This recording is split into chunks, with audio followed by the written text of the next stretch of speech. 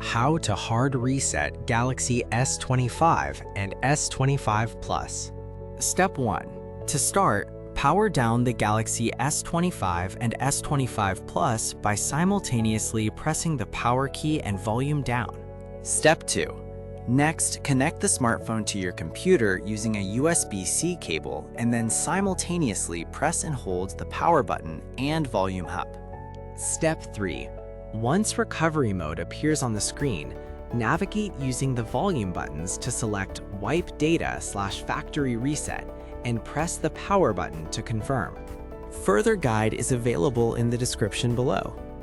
Since the remaining steps are technical and complex, we have detailed them in an external blog post. Make sure the device has at least 50% battery or remains connected to power during the hard reset.